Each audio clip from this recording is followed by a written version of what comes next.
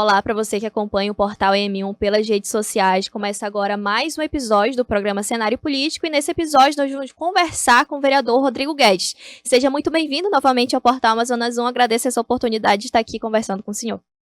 Bom, eu que agradeço, né?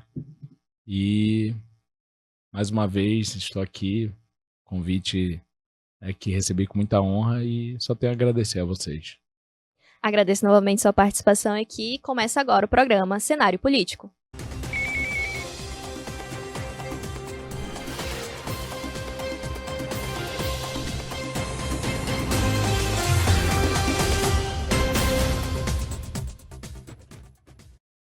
Então, vereador, o senhor é conhecido, né? O senhor tem o título de ser o vereador mais econômico da Câmara Municipal de Manaus, né?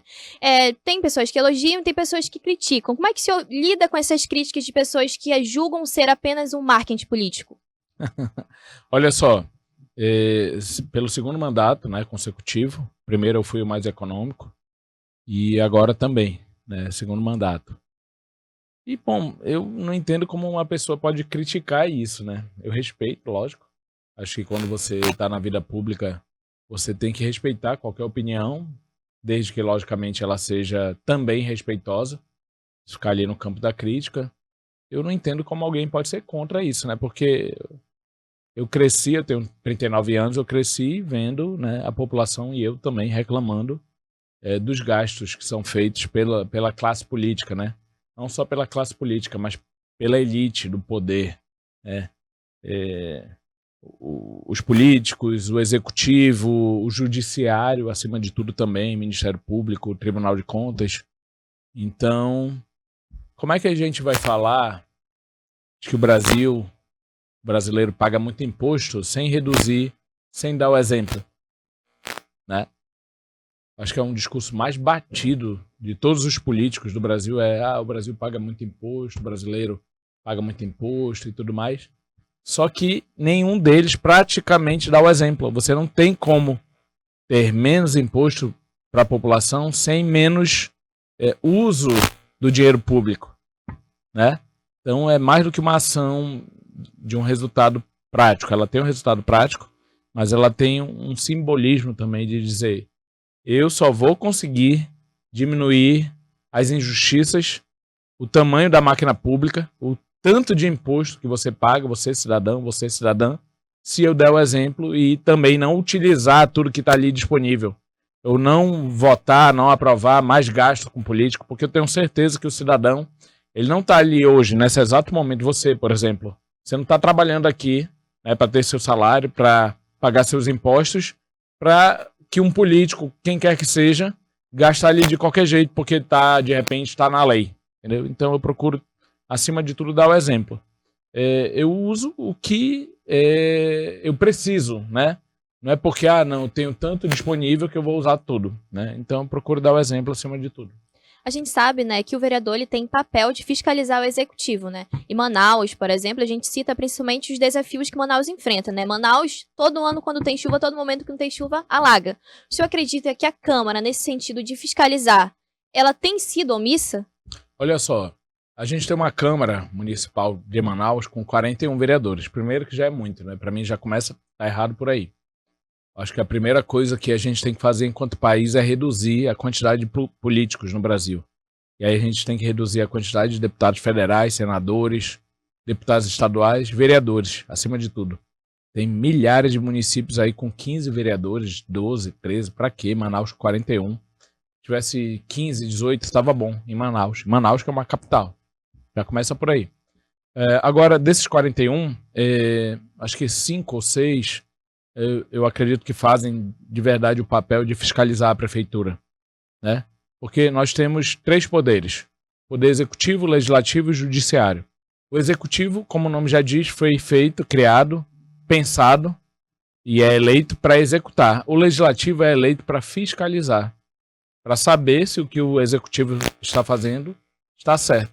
E o judiciário para julgar os casos que chegam ali nele, né? Então, quando o legislativo não fiscaliza, quando a gente tem os problemas de saúde, de educação, de infraestrutura, a culpa também é do legislativo. Se o brasileiro, né, ele tem um hábito de, digamos assim, responsabilizar sempre o executivo, ou seja, prefeito, governador e presidente da República. Quem quer que seja. Quem quer que esteja ali na cadeira. Só que ele, muitas vezes, até por não compreender o papel do legislativo, dos parlamentares, ele esquece que a culpa, né, também é do legislativo. O legislativo faz parte ali daquela culpa quando ele não fiscaliza, quando ele não vota correto, quando ele vota tudo que o prefeito queira. Eu vi uma pesquisa alguns meses atrás, na verdade, acho que um mês atrás, não sei nem se tem um mês. Foi uma pesquisa da Perspectiva que fala ali que quase 70% da população diz que acredita que as decisões do Legislativo, ou seja, da Câmara Municipal de Manaus, dos vereadores, não impactam na sua vida. Quer exemplo maior do que agora, a reforma da Previdência? Eles estão colocando 7 anos a mais para as mulheres de trabalho, 5 anos a mais para os homens e diminuindo o valor da aposentadoria. Então impacta, tudo passa pelo Legislativo. O dia que a população, e eu digo o geral, o coletivo da população, ou pelo menos a grande maioria, compreender realmente, e eu falo sem nenhum tipo de ofensa, tá? Nenhum tipo de... o papel do Legislativo, as coisas começam a mudar. Só que a gente tem ainda essa seguinte cultura. Não, hospital, escola, segurança, responsabilidade de prefeito, governador, presidente, e o papel do vereador, do deputado federal, do senador é fazer ali o Dia das Mães, dar uma cesta básica, Verdade. conseguir uma cirurgia. Aí nada vai mudar. O papel do vereador, do deputado estadual, do deputado federal e do senador, que são os parlamentares, é fiscalizar, não deixar que o dinheiro público seja roubado. Não permitir que o serviço público seja ruim, né? Mas há essa distorção. Tem-se uma cultura ali que o papel do parlamentar é conseguir um dinheiro, dar uma cesta básica, fazer ali um assistencialismo. Fazer aquelas ações sociais que, se você colocar aí, vários parlamentares já estão fazendo agora. A eleição chegando, eles já saíram da toca, já saíram ali do esconderijo, digamos assim, né, que fica ali, sabe aquele esconderijo que o ratinho sai ali? E estão fazendo aquelas famosas ações sociais. Não é papel do parlamentar. Isso é uma forma de enganar, porque eles não fiscalizam, eles não cobram. É o que eles fazem? Usa a máquina pública para conseguir coisas que são direitos da população. Que não é o papel do parlamentar, é uma forma de enganar, uma forma de ludibriar.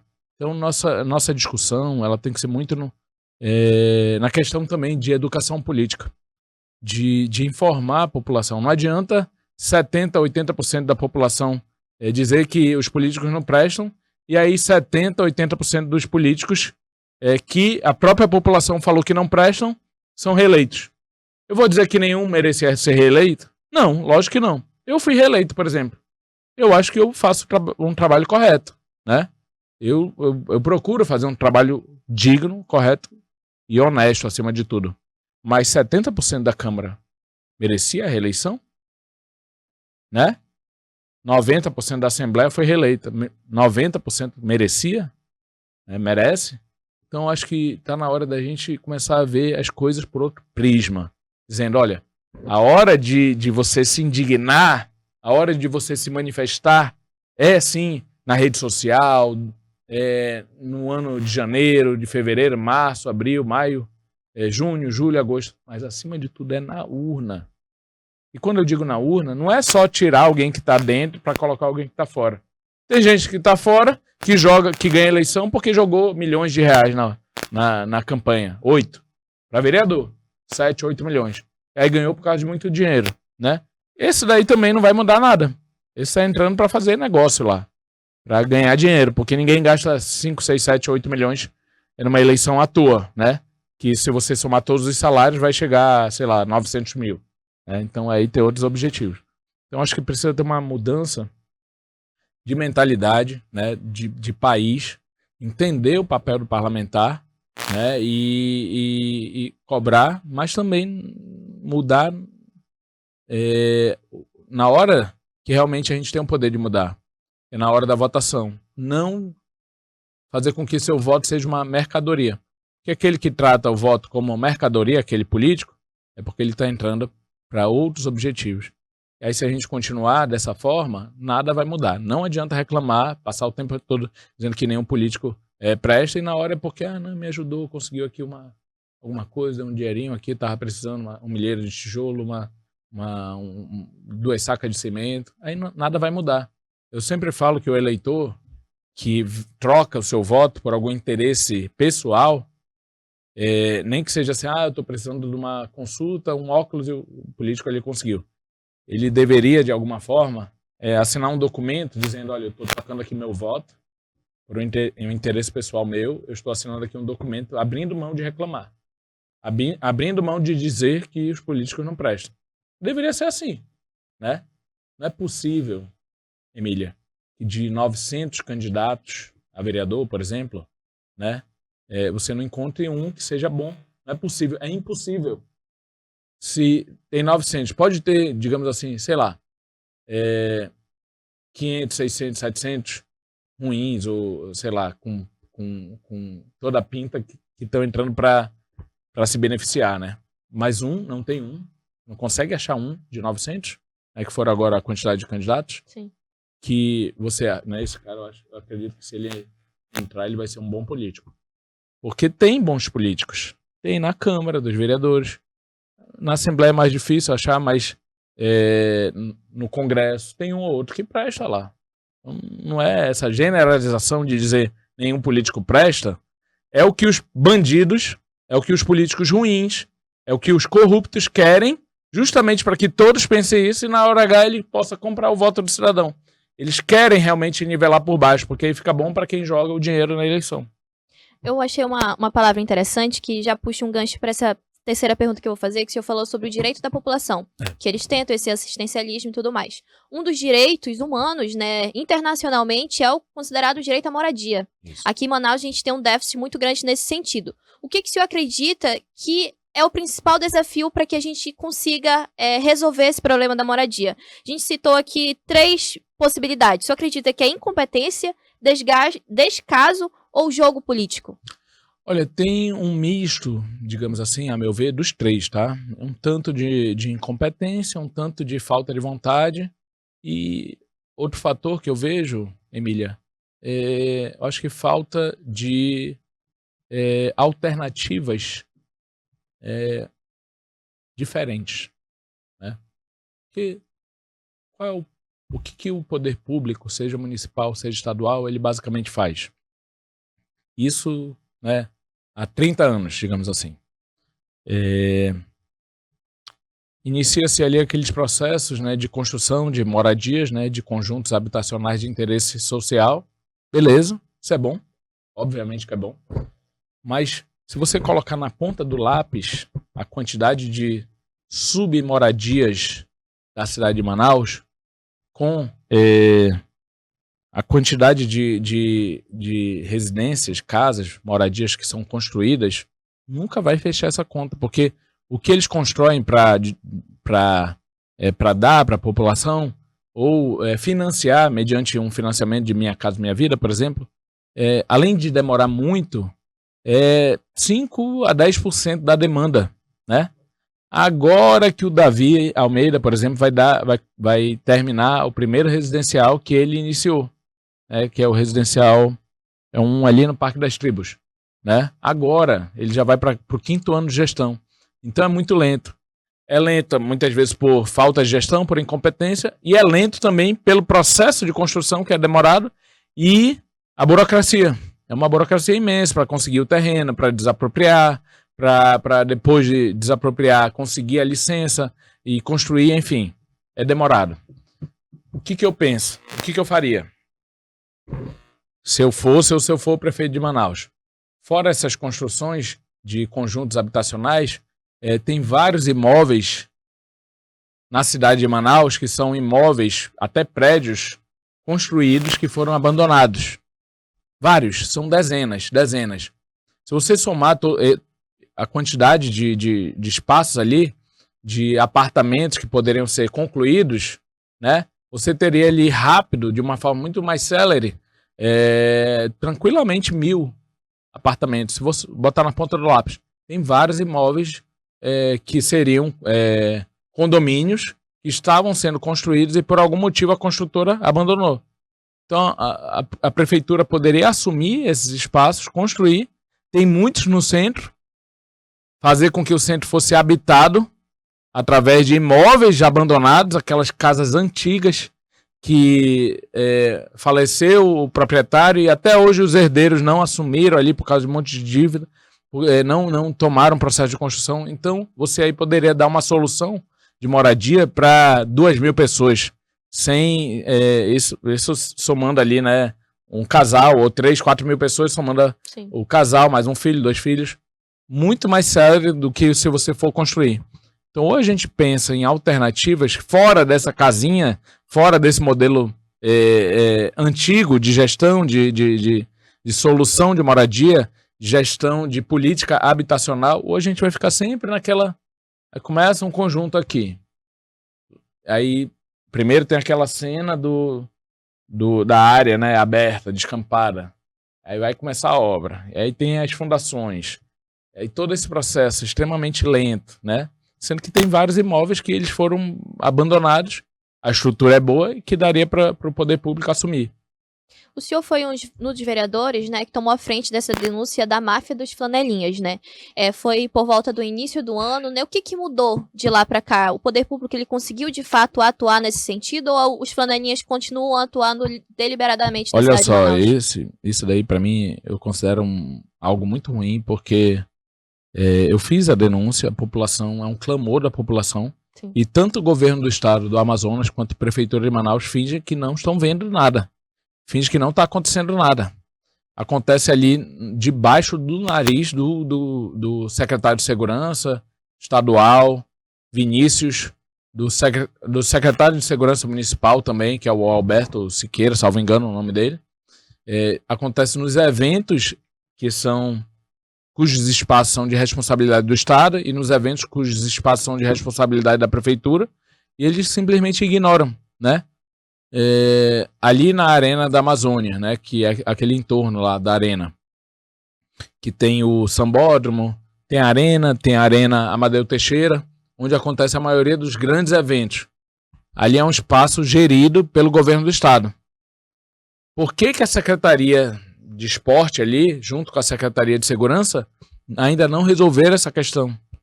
Por que a Secretaria de Segurança permite, o secretário de Segurança permite que os flanelinhas continuem atuando ali num espaço que é de gestão de competência do Estado, que ele prometeu que iria acabar. Ele prometeu, o secretário de Segurança.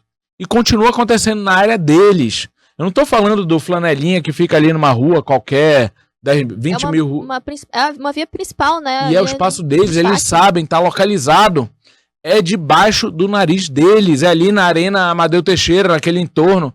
Quando tá tendo um evento na Arena da Amazônia, no Sambódromo, eles fecham ali, os flanelinhas fecham ali a Arena Amadeu Teixeira e administram como se fossem deles. É um absurdo, é inaceitável. Outro dia, o CSU do Parque 10, semana passada agora, uma empresa ali que estava fazendo o evento, aqui do lado onde a gente está, resolveu fechar lá e estava cobrando dentro. Então, assim, eu acho que se um governo, uma gestão municipal e estadual, que não consegue resolver um problema de flanelinha nas suas áreas de competência, eu acho que a gente não consegue resolver mais nada. Isso é o básico. É um direito da população de estacionar num lugar que é seguro, que não vai ter roubo, né? Não tá colocando um monte de câmera. Por que não bota lá e monitora a segurança? Por que não faz a segurança de forma remota, através das câmeras, né? Para que também ali não tenham quadrilhas assaltando ali no entorno, quebrando o vidro dos carros e roubando os carros dentro, né? Então acho que é inaceitável e eu fiz aquela ação, eu fiz aquela fiscalização. Inclusive muita gente confunde, né? Confundiu, acho que eu não vou ficar fazendo aquilo, não vou ficar porque eu não tenho estrutura policial, eu não tenho arma. Eu não posso ficar de peito aberto lá, de repente alguém... Inclusive, eles foram lá na CMM, foram lá, né? Eu sou uma pessoa, sim. A gente tem 8.000, salvo engano, 8.000 policiais, aí para um vereador de peito aberto fiscalizar? Não, aquilo ali era para dar o exemplo, para chamar atenção para o problema. Eu não tenho como fazer, eu não tenho como ficar indo, eu posso ir 1, 2 vezes, beleza também, para mostrar ali, para chamar atenção para o problema, mas não sou eu. Porque acabou que é bom, né, por um lado, porque mostra que tem uma certa confiança, mas quando tem um evento, um monte de gente começa, Rodrigo, vem aqui e tal. Não tenho como, pô, eu tenho uma vida também, né? Eu tenho que cobrar quem tem o dever, a obrigação moral e legal de fazer, que hajam.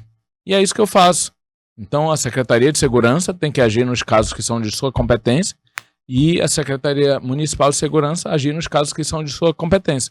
Ponta Negra é um espaço municipal. Então, quem tem que agir lá é a Prefeitura de Manaus. Eles cobram ali dentro, inclusive, não sei se você sabe, é um calçadão, numa área do calçadão, que as pessoas estacionam ali. Sim. Perto dos tem... condomínios, né? E os infláveis, aqueles infláveis, uhum. né? O cidadão entra ali no calçadão para estacionar e eles cobram ali dentro do calçadão. Não é nem longe, onde eventualmente pode ter ali algum carro com vidro quebrado e os pertences ali furtados, né? Não, é ali dentro do calçadão e a prefeitura permite. E é complicada essa situação porque não é que eles estejam obrigando, entre aspas, a pessoa a passar, mas é pagar, né? Mas é porque tem a retaliação. Tem uma eles coação. Vão lá, eles coagem, né? Se a gente não pagar, eles furam o pneu. Por exemplo, uma situação, né, que já aconteceu, corridas de rua. Os carros que ficam estacionados na proximidade, também existe essa cobrança e existe essa coação. Na Amadeu Teixeira teve um jogo, fala de uma experiência própria, teve um jogo que eu fui acompanhar, era do Manaus com o Paysandu. Isso. Eles pediram, né, pediram, entre aspas, né, os flanelinhas, entre aspas, que a gente pagasse antecipado para poder ir lá. E era nesse mesmo entorno que o senhor citou, do Amadeu Teixeira. É complicado, né, essa situação, porque... Como o senhor falou, dever do poder público, né, de estar ali fiscalizando naquela área. Agora a gente volta, né, aqui para a situação da Câmara Municipal de Manaus. Há um mês atrás, um pouco mais de um mês, né, um vereador, ele foi preso, né, preventivamente por uma investigação do Ministério Público por suspeita de rachadinha, né. O senhor acredita que, nesse sentido, a Câmara Municipal de Manaus, ela se protege nesses casos? A questão da moralidade ali fica só no discurso? O senhor acredita nesse sentido? Eu não sei nem se no discurso, né? Eu acho que nem no discurso tá ficando ali. Acho que tá ficando muito claro que é uma ação não só de blindagem, de corporativismo, né? Mas um medo, né? Eu fico me perguntando realmente, será se o vereador Rosinaldo Boal sabe alguma coisa dos outros vereadores que eles têm medo de que ele de repente delate? Será se é isso? Tá muito estranho, né? De repente ele sabe alguma coisa, né? Tá todo mundo com medo. Então digamos assim, é uma ação não é só para proteger eles, né? De repente é para se proteger. E aqui eu não tô fazendo nenhum tipo de acusação não, tá? Eu só tô trazendo essa interrogação. Por que tem um receio tão grande assim de cumprir a lei, né? Porque eles tinham uma obrigação de abrir um processo ali. Um processo disciplinar de quebra de decoro parlamentar. E aí eu te digo, Emília, de verdade, eles poderiam, por algum motivo, né, até entender que olha, eu ainda não vi as provas, eu ainda não vi o processo, ou de repente, não, vamos aguardar a manifestação da justiça. Uma coisa não depende da outra. E eu não tenho que dizer o que cada parlamentar tem que fazer. Agora o mais estranho é que nem abrir o processo eles não abrem. Está escrito no regimento interno, é uma lei. O regimento interno é uma lei municipal. Está escrito ali no artigo 243 que a partir da representação, seja de um vereador ou de um cidadão, de uma instituição, é obrigatório que se consulte o plenário através de uma votação para que o plenário se manifeste votando, cada um dos vereadores votando, os 41, para saber se vai abrir investigação ou não. O que eu peço ali, inicialmente, não é nem necessariamente que condene, porque eu entendo que tem que seguir um trâmite legal. Como? Abre o processo, dá ali a ampla defesa, que é constitucional, direito de ampla defesa, contraditório, vai lá na cadeia, ouvir ele e tudo mais, pegar depoimento, tentar colher provas e tudo mais. E aí, após todo esse trâmite, você faz o julgamento do processo, né? Votando ali no plenário novamente, no final. Tem a votação inicial para saber se vai ter processo, vai ter investigação e a votação final. O meu voto é muito claro, né? Tanto inicial, no primeiro momento, para abrir o processo de investigação, e no final, porque eu já vi alguns elementos do processo. E para mim está muito claro que houve corrupção, né? Mas eu não tenho que dizer o que os outros vereadores vão votar, como vão votar e em que exatamente. Eu tenho que dizer o que eles têm que fazer, que é votar. Então nem esse primeiro passo, essa primeira etapa foi feita. E aí eu volto àquela pergunta, né? Será se ele sabe demais, o Boal, e aí eles não estão querendo realmente que dê uma margem ali para ele falar algumas coisas? Será se é isso? Eu não sei. Pode ser que seja, né? Talvez seja. É de responsabilidade da mesa diretora de abrir esse processo? O presidente, né? O presidente, ou quem estiver presidindo, isso é um procedimento muito simples. Pode ser o Davi Reis, pode ser o Jander Lobato, que é o vice-presidente, pode ser qualquer um daqueles lá que esteja sentado na cadeira de presidente, tá? Que é na linha sucessória. O primeiro presidente, o primeiro vice-presidente, o segundo, o terceiro. Quem estiver sentado lá no dia pode colocar em votação, que é uma consulta simples. É como se dissesse assim, os vereadores que votam pela abertura do processo se manifestem. E aí quem votar sim, abre o processo. Aí depois vai seguir todo o trâmite legal. Então não é só o Davi Reis, não. É quem estiver sentado na cadeira. Agora é lógico, né? Eles seguem ali uma hierarquia. Então eles não vão fazer isso, acho que sem a anuência do Davi Reis, que na maioria das vezes não vai presidir, não vai para a Câmara. Foi agora, né, na quarta-feira, só para que eles tivessem quórum para votar, né, a reforma da Previdência. E mais 90% das vezes... Começou até mais cedo a sessão, né? Começou mais cedo. Sempre começa entre 9h15 a 9h30. Dessa vez começou 9 horas em ponto, né? O que alguém vai me perguntar assim, Rodrigo, tá reclamando porque começou mais cedo? Não. Eu tô reclamando porque... Eu tô falando um fato que eles combinaram de iniciar mais cedo, porque eles combinaram de todos irem na mesma hora certa, na hora certa, que deveria começar todo dia, e aí eles foram aprovando um monte de coisa a toque de caixa, aproveitando ali que um ou outro ainda não tava. Eu cheguei, acho que 3 minutos depois do início, né? Mas foi rápido, assim, coisa que eles nunca fazem. Foi o tempo deles inverterem a pauta, né? A pauta, exatamente. Então, a gente tá falando dessa questão da configuração da Câmara Municipal de Manaus. Só uma coisinha, Emília. Eu cheguei uns 3 minutos depois do início, das 9 horas, tá? Sim. Porque eles começam em média 9h30. Pode olhar lá. Às vezes atrasa, às vezes até depois 9h30. Então eu cheguei... 9h45. Então eu cheguei bem antes do que é o normal. Sim. Só que 3 a 4 minutos depois das 9 horas. Entendi. E a gente está falando sobre essa configuração, né, que é da Câmara Municipal de Manaus, base e oposição. O senhor acredita que os vereadores da Câmara Municipal de Manaus, alguns, né, eles viraram figurantes da prefeitura? Eu acho que sempre foi assim, sabe? Eu não vejo como uma novidade. Tem até a frase, essa é a pior legislatura da história. É a pior Câmara da história. Muita gente fala isso. Aí tem uma frase também das redes sociais, basicamente, que é o seguinte. A pior legislatura sempre é a próxima. Essa frase, né? Porque quando a gente acha que é a pior, vem a outra e é pior. Quando não pode piorar. Piora. E por que eu vejo isso? Pelo motivo que eu trouxe ali no início. O voto está cada vez mais mercantilizado. Eleição virou um negócio, uma indústria. É muito dinheiro. É candidato que declara 100 mil e gasta 5 milhões. Candidato que declara 150 e gasta 6, 7, 8. Entendeu? Isso em todas as esferas. Então qual a chance de melhorar? Nenhuma. Não tem chance. Não tem chance. Então, assim, quando alguém gasta esse volume de dinheiro para se eleger, é porque ele está entrando, não é para fazer o bem. Não é para votar conforme os anseios populares. É para repor aquele dinheiro e dobrar, triplicar, né? Ninguém gasta um volume de dinheiro assim, que na maioria das vezes não é seu, logicamente, né? Foi tirado de algum lugar, mas só para ter o prazer de ser vereador. Então a gente está falando bastante sobre o papel, né, do Legislativo Municipal, mas a gente também não pode fugir do tema das eleições, né? Sim. As eleições de 2026 estão chegando aí, a gente está em ano pré-eleitoral, a gente fala bastante sobre o seu futuro político. O que o senhor pretende seguir em 2026? Já teve essa conversa? Já chegou a discutir sair do Progressistas ou não está nos planos? Como é que tem sido essa discussão?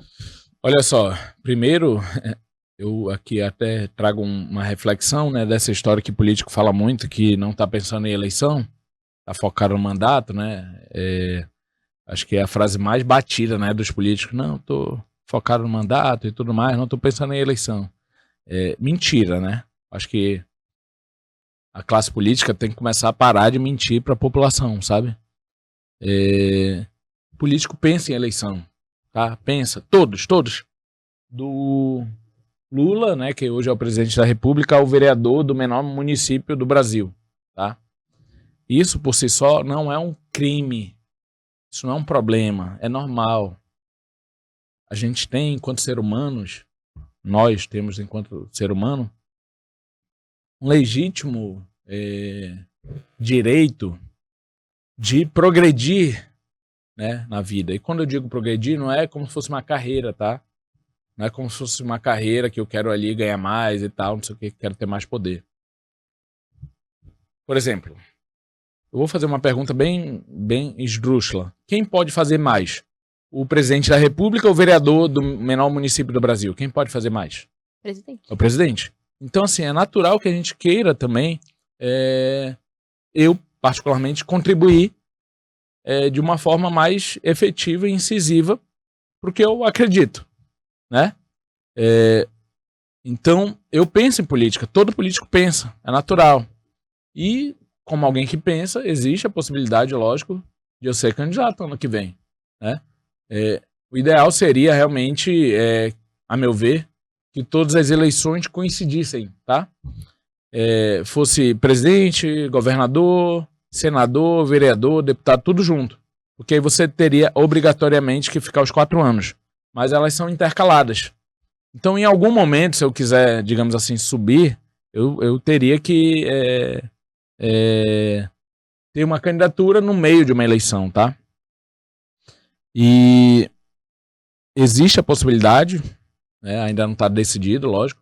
Eu não tenho nenhum problema ali com o meu partido, né? Não tenho nunca tive nenhum problema grave, nada sério. Acho que pode ter momentos de discordância, mas eu não tenho nenhum problema com o meu partido. E, a princípio, não tenho a ideia de sair, não. Mas também, se digamos assim, os fatores políticos me levarem ali a uma decisão que eu não tenho outra saída, aí é o jeito de sair. Mas não é algo que eu esteja planejando, digamos assim, sabe? O senhor falou dos anseios para 2026, né? Mas tem ali, a gente tem o que? Eleição para deputado estadual, federal, Senado, governo e presidência, né? No seu futuro político, qual desses o senhor pretende manter no legislativo? Eu tenho muita ideia, assim, legislativo. Eu gosto do legislativo, agora, apesar de que o executivo você pode literalmente executar, né, as suas ideias, mas existe sim a possibilidade, deputado estadual, acima de tudo, eu acho que essa é a mais provável. Deputado federal, não sei, mas também não descarto, não. A gente começou agora conversando, né, sobre do topo vem para baixo, né, do presidente para os vereadores. Quem tem lá de cima tem um pouco mais de poder do que quem tá aqui embaixo, né? Ou muito mais, né? Muito mais poder que quem tá aqui embaixo. Nacionalmente, né, o Progressistas e o União Brasil, eles formaram uma federação, União Progressistas, né? Aí a gente trago um pouquinho sobre essas questões de discordâncias dentro de federações, dentro de partidos, né? Há um pouco de 5, 6 dias atrás, o senhor postou um vídeo, né, que fez críticas ao governo do Amazonas, né, que é encabeçado pelo Wilson Lima, que é do União Brasil. O senhor acredita, de alguma forma, é um pouco arriscado nesse sentido politicamente, trazer essas críticas dentro dessa federação? Olha, eu não acredito não, eu tenho certeza mais do que absoluta. Porque eu estou na federação que o presidente da federação é o governador, né? E eu já sofri em 2022 com um boicote político. Eu queria ser candidato a deputado estadual, não deixaram. Não foi só uma pessoa não, tá? Foi uma conjuntura de várias pessoas, né? Foi uma sabotagem clara. e me anularam para eu não ser candidato a deputado estadual, para eu não estar na Assembleia Legislativa. Eu tinha chance de ganhar, lógico que eleição tudo pode acontecer, mas eu tinha uma chance real, né? E não deixaram. Me ganharam por WO, digamos assim. Eu não fui pro ringue, eu não fui para dentro de campo, né? Se a gente comparar ali com algum esporte. Eu não fui pra piscina nadar, se for natação, eu não fui pro ringue, pra luta. Eu não fui pro campo pra jogar. Eles me ganharam sem eu entrar em campo, digamos assim, né? Eu fui candidato a deputado federal, né? Eu não estava me organizando para isso, eu não estava me estruturando para isso. Então eu fui meio que sabendo que eu ia para... A possibilidade de ganhar era muito remota, né? Praticamente nula, porque eu não estava trabalhando para isso. Mas eu fui porque eu entendi que era melhor ser candidato, pelo menos, do que ficar de fora do processo político, né? Que quando você é candidato, tem um lado bom que você se mostra, você literalmente aparece, você mostra as suas ideias, quem não lhe conhece pode passar a lhe conhecer e tudo mais. Então existe esse risco, né? Porque eu estou num partido, eu fiz ali cobranças, né, a quem é o dono do partido, digamos assim. Mas eu não vou pautar o meu mandato por isso, sabe? Eu tô assim, muito em paz, eu vou fazer o que é certo, e depois eu vou pensar ali no que tem que ser feito, nas decisões que tem que ser tomadas, né? Existe a possibilidade de tentarem de novo me sabotar, me boicotar? Sim, existe. Mas eu também não vou ficar calado por causa disso. Eu já recebi muita ameaça. Tá falando aí, não vai ser candidato. Falei, meu amigo, seja o que Deus quiser. Isso de agora? Dessas críticas que o senhor fez agora? Sim. Né? Não foi de governador, tá? Deixando muito claro. Foi de pessoas ali próximas, ó. Tá falando, tá cobrando. Depois tu não vai ser candidato. Não vão deixar de ser candidato. Eu falei, meu amigo, então me tirem, né? Eu só não vou ficar eternamente vendo as coisas acontecerem, não podendo falar, por causa de uma chantagem, digamos assim, uma chantagem política mesmo, né? Política partidária. Que é isso que o cidadão precisa compreender. Essa é a parte mais difícil da política. E quem está ali um pouco mais próximo, muitas vezes compreende. E eu digo categoricamente, a grande massa não compreende. E aí eu não estou ofendendo ninguém. Para você ser candidato, você tem que estar filiado a um partido. Então, algum partido você tem que simplesmente se submeter. Muitas vezes contra a sua vontade, né? Mas você precisa se submeter, senão eles nem deixar você ser candidato, eles não deixam, né? O Rodrigo, fulano, se calou para isso.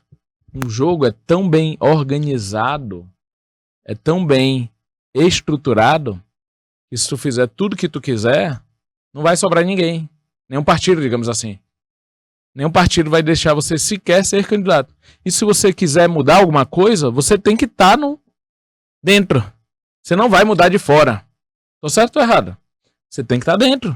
Você não vai... De fora você pode cobrar, se manifestar, ingressar com uma ação judicial, uma denúncia no Ministério Público, mas você não vai mudar de fora.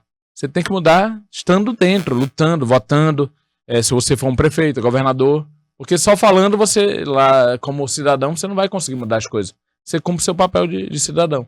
Então, o negócio é montado, é uma engenharia, é uma engrenagem montada para ele realmente, muitas vezes, lhe amordaçar, fazer com que você, infelizmente, não possa falar tudo que você queira. E eu tô aqui sendo mais sincero o possível, mais aberto possível, né? Porque senão eles dizem, não, tá falando da gente, não vai ser candidato não.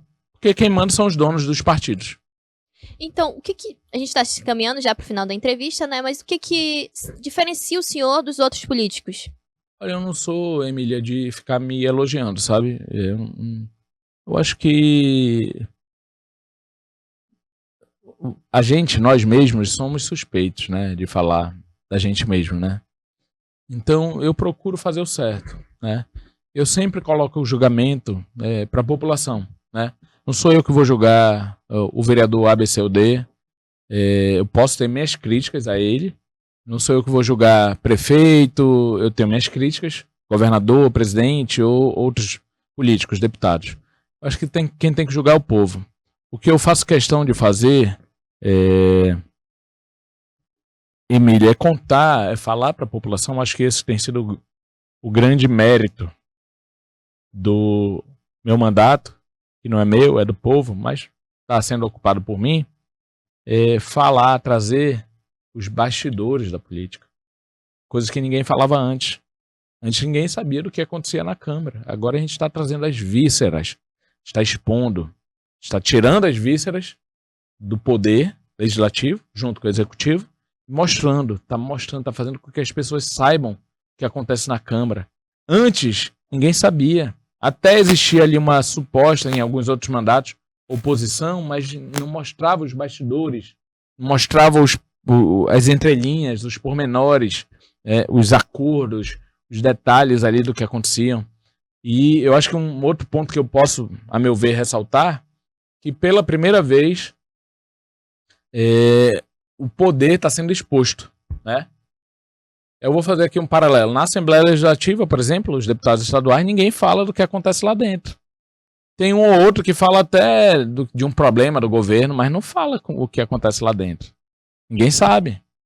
A população está totalmente fora da Assembleia.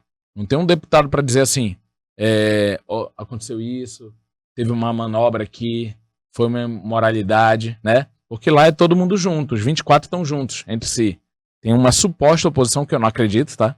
Não acredito em suposta oposição. Porque para você ser oposição, você não pode ser oposição ao governador e base de quem sustenta o governador, tá certo?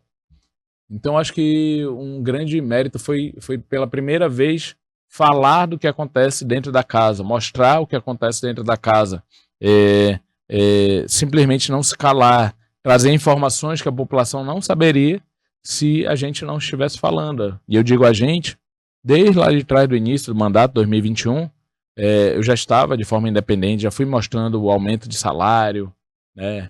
Eu tive ali também no início, era só eu e o Amon, né? O ex-vereador e hoje deputado federal, só a gente que mostrava e depois a gente conseguiu fazer com que a população começasse a se enxergar. Você olhar, muita gente fala da Câmara porque a gente mostra. Ninguém fala de Assembleia porque lá ninguém mostra o que acontece, ninguém nem sabe. O que não é mostrado ninguém sabe, né? Como é que o povo ia saber dessas manobras que aconteceram na quarta-feira se eu não tivesse falado? De tudo que aconteceu, os bastidores, né? Então, isso acaba chamando também a atenção da população para a Câmara. Desgasta, lógico, mas pelo menos o povo passa a ver o que está acontecendo lá dentro. E o pior seria se fosse aquele jogo de cena, né? Aquele cenário, um até votando contra e tal, mas no final das contas a população não soube do bastidor, da manobra. Foi ali um jogo de cena de uns contra, outros a favor, mas no final tá todo mundo junto. E agora eu te garanto, uma coisa eu te garanto, não tá todo mundo junto. Eu não tenho nada pessoal contra vereador, mas não tem aquela história de quando termina ali tá todo mundo junto, somos amigos e tal. Não sou inimigo de nenhum deles, tá? Nenhum, mas aquela cena de fechou a cortina, tá todo mundo junto, isso não tá não. Eu gostaria de agradecer sua participação aqui, eu abro esse espaço para que você faça suas considerações finais. Te agradeço, né, Emília? Agradeço ao Amazonas 1, eu reforço também o papel do jornalismo que vocês fazem, eu acompanho, logicamente, né? E sempre trazendo novas informações. Jornalismo é questionar, né? Pelo menos eu entendo assim. Jornalismo que elogia não é jornalismo, é assessoria de imprensa. Então, que a gente continue trazendo essas cobranças, denúncias, informações, porque quando a gente faz isso, e eu faço lá na Câmara, eu procuro fazer, vocês fazem também, a gente acaba trazendo notícias, informações que o cidadão não teria se a gente não fizesse esse papel de investigar, de cobrar, de denunciar. Porque ninguém tem tempo, o cidadão não tem tempo de ficar olhando o diário oficial, até alguns fazem 0,1%, e aqui não é culpa de ninguém não, tá? Não vou culpar não, às vezes eles dificultam a ponto de realmente ninguém conseguir acessar. Mas o lado bom de um parlamentar ou de um portal que queira realmente informar é que a gente acaba se especializando, né, em procurar, em obter informações que o cidadão comum de fato não vai ter. A gente sabe manusear, digamos assim, o portal da transparência, pegar informações, diário oficial. Então eu parabenizo também vocês, porque vocês acabam trazendo muitas informações. Eu me baseio muito também nas informações que vocês trazem, porque acaba colocando luz numa escuridão, digamos assim, em algo que ninguém saberia se a gente não fizesse esse papel, que muitas vezes da imprensa com o do parlamentar ele se assemelha muito, sabe? Então agradeço e estamos à disposição.